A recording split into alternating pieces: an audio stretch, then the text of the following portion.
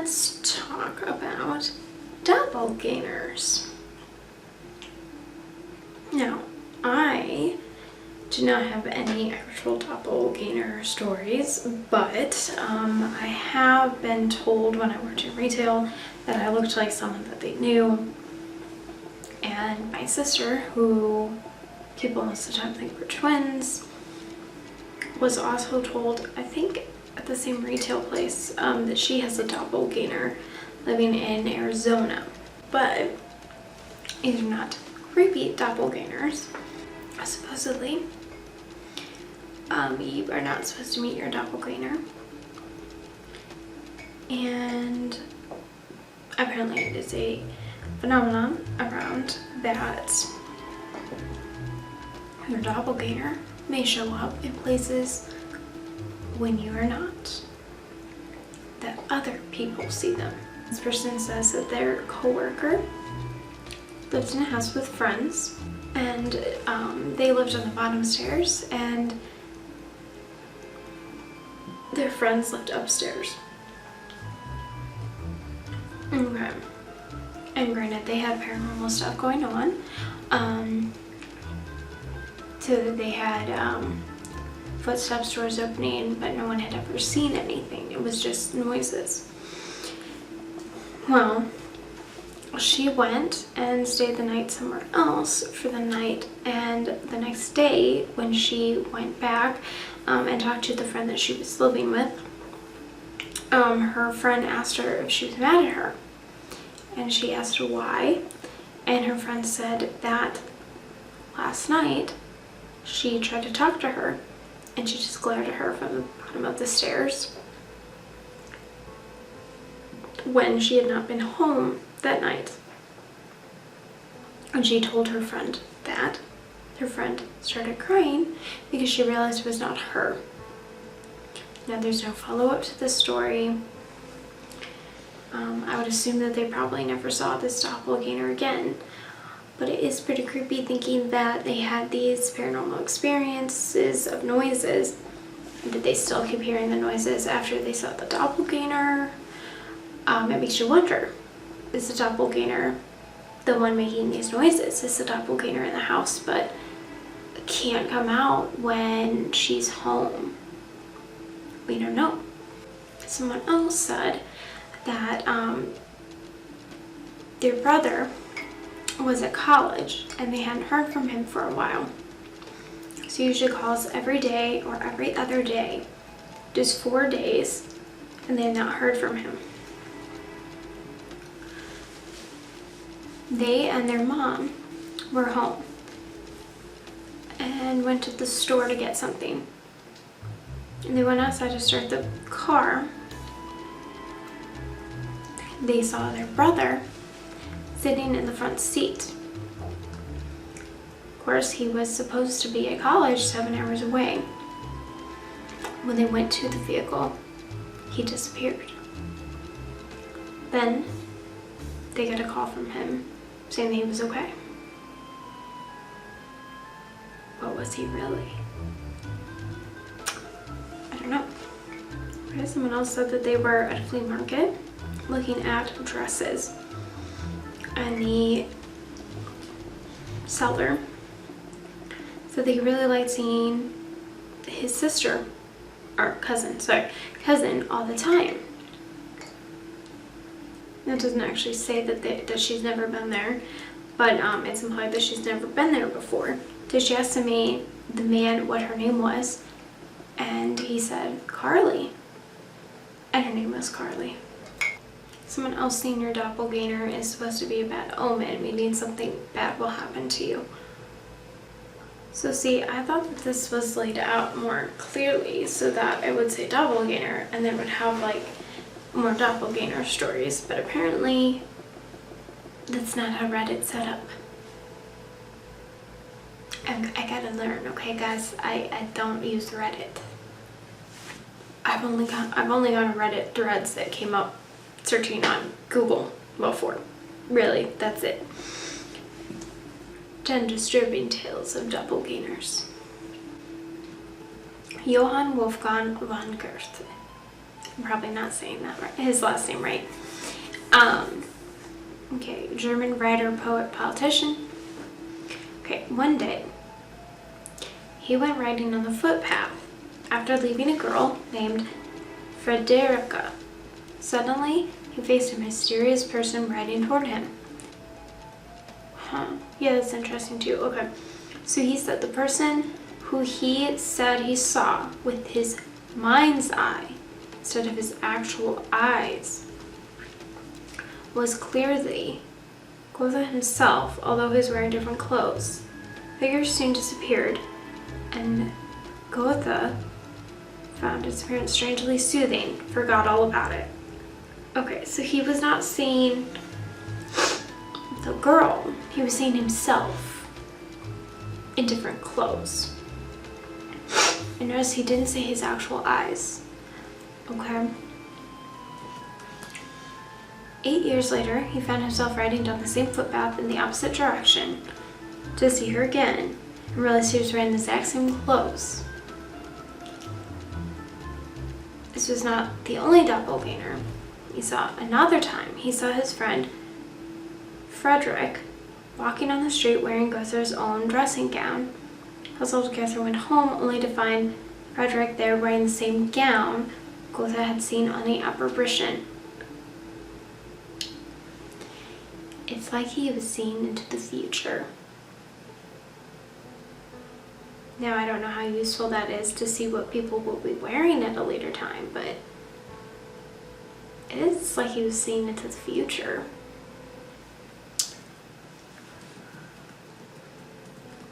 Okay, Catherine the Great, 18th century Empress of Russia.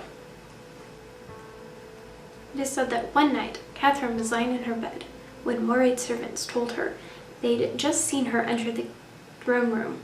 When Catherine set out to investigate, she found her doppelganger sitting calmly on the throne. Catherine immediately ordered her sentries to shoot at her ghastly counterpart. The stories don't tell whether the bullet had any effect on the spectral empress. However, Catherine herself soon died afterwards. And then it just goes ... How did she die? Like the same day? The next day? Catherine the Great. Alright, we're gonna look at Wikipedia, even though Wikipedia is the don't look up facts there. Okay. So this doesn't say anything about the doppelganger, so I don't know if this was the next day or what, but okay. On this November 16th, 1796, Catherine rose early in the morning, and had her usual morning coffee. Soon settling down to work on papers, she told her lady's maid that she had slept better than she had in a long time. Sometime after 9, she was found on the floor with her face purplish, her pulse weak, and her breathing shallow and labored. The court physician diagnosed a stroke. And despite attempts to revive her, she fell into a coma. She was given the last rites and died the following evening around 9:45. An autopsy confirmed stroke as the cause of death. Later, several unfounded stories circulated regarding the cause and manner of her death. Popular insult to the Empress's legacy at the time is that she died... Oh. I'm not gonna read that. Okay.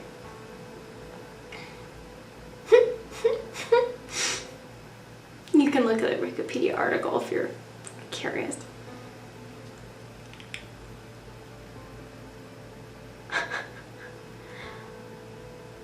This is not what I thought I was gonna find. Anyways, with the stroke, it just made me wonder if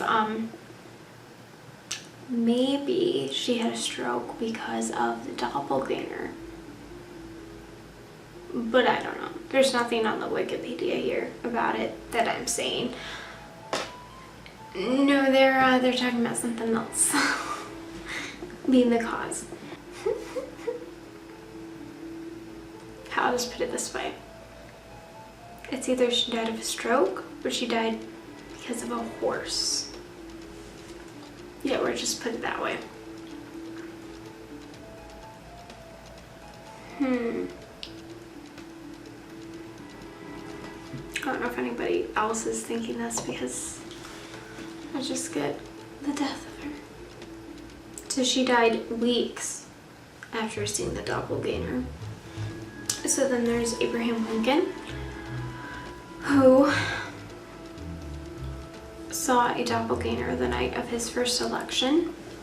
He was sitting on the couch facing a mirror and saw two faces, the second face being his doppelganger, pale and ghostly.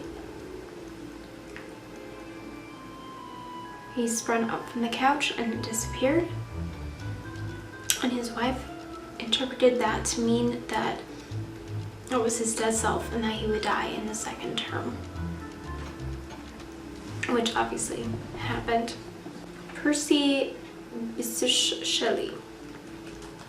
Percy Bysshe Shelley was a brilliant poet in his own right, though he's mainly remembered as the husband of Mary Shelley shortly after Percy drowned in a sailing accident in 1812.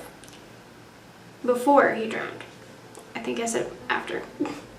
He confessed to Mary that he had met his doppelganger many times.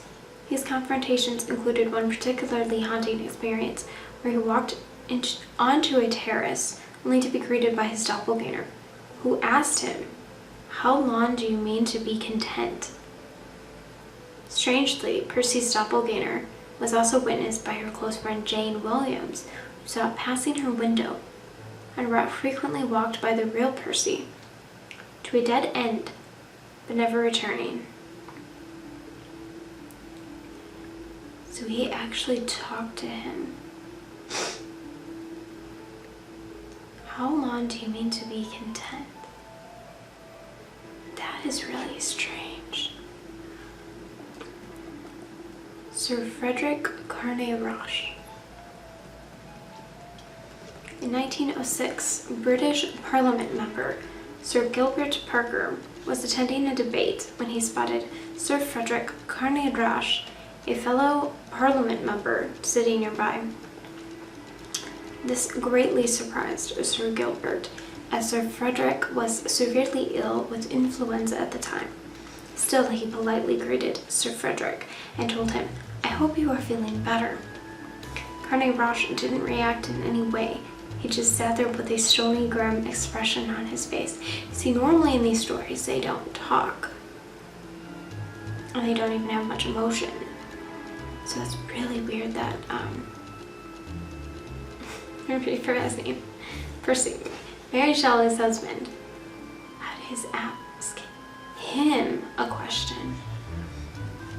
And Sir Gilbert soon glanced at his friend again. The seat was completely empty. Bewildered. And they disappear in thin air. It's so weird. Bewildered, he searched for Carne-Roche in the library, or in the lobby, only to find that no one had seen him pass by. When he discussed the event with fellow parliamentarians, it turned out others had seen Carne-Roche too. When the real Carne-Roche, who had been sick in bed all along, found out about the incident, he was quite unsurprised. He had really wanted to take part in the debate, so to him it made sense that his spirit had sneaked a peek. His family, however, was terrified and feared the doppelganger was a bad sign. In a small way, they were right. For quite some time, Carne-Roche was annoyed by fellow Parliament members who kept poking him with their fingers to make sure he was flesh and blood. In the end, he had to write a massively sarcastic letter to a local newspaper, apologizing that he didn't have the good sense to die at the time of the doppelganger sighting and promising to behave better next time. Queen Elizabeth I. Queen Elizabeth I of England was the last Tudor to rule the country. Widely recognized as a charismatic, level-headed, and savvy monarch, she was the kind of person who you wouldn't expect to dabble with the paranormal, which makes it the more scary when she claimed she'd witnessed her doppelganger. According to the Queen, the spectral Elizabeth was lying motionless on her bed, almost like a corpse laying out for presentation. The experience was particularly haunting because such appearances are said to be a certain sign of death. Still, it would be easy to put this down as a temporary glitch in the mind of an elderly, stressed-out ruler if it wasn't for the fact that Elizabeth died soon after seeing her doppelganger.